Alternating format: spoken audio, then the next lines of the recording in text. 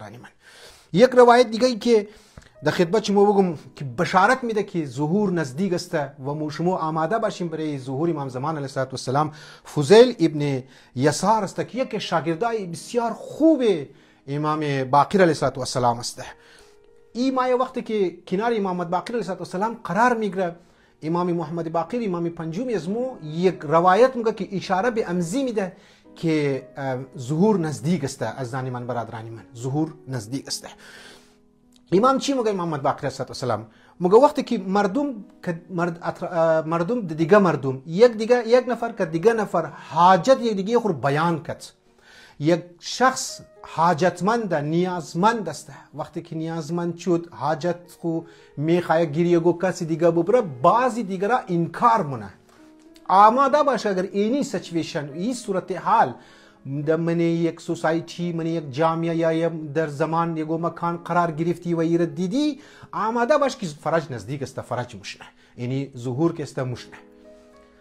فضیل ابن یسار گفت که یا امام ای که تو شما فرمودید که بعضی دیگر انکار منه وقتی حاجت خبرد، یعنی چی؟ معنی ازی چیه؟ امام اینجا واقعا یک بسیار خوب جانانه جمله مگه شما توخین در آخر الزمان و امام که میخواه ظهور کنه، افرادها در معمول زندگی خو عادی زندگی خو که افرادای خوب سلام دعا مونه، خوب خوش اخلاق پیش میه، لیکن امی که یک نفری از اینا حاجتمند شد، قرضدار شد و یگو چیز نیاز داشت، وقتی که رفت گیری فلان نفر گیری امزو نفر که کچی یعنی خوب خنده پیشانی خوب پیش میمد، گیری از وقتی که مور ملاقات مونه کچی مگه اینی حاجت از مسته او امو رویه خورا چهره خورا تأثیراتی صورت خورا تبدیل مونه.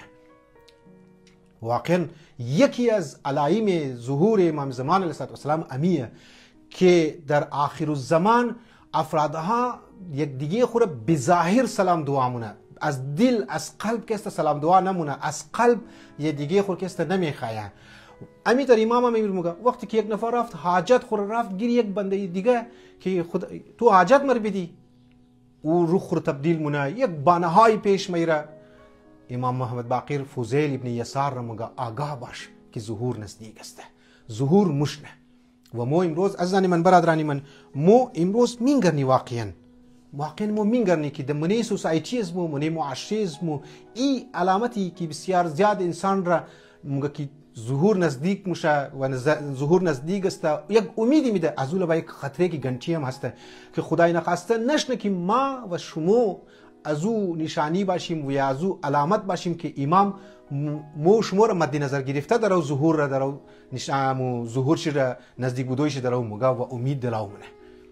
خدا نخواسته نشنه که یک فرد خانیزم بایا یک شخص خانیزم بایا یا از هر لحاظ از چی از لحاظ مادی چی از لحاظ معنوی دستایق دراز کنه به طرف از ما و ما بانها بیرم و بیتنم ما حاجت زور برطرف بیتنم لیکن نکنم مشکل شر بیتنم حل کنم لیکن نکنم. از زن من برادران من یاد چون باشه که دیگه مو ایره دعا نمیتونی که مو پیروکار امام زمان علیه السلام هستیم.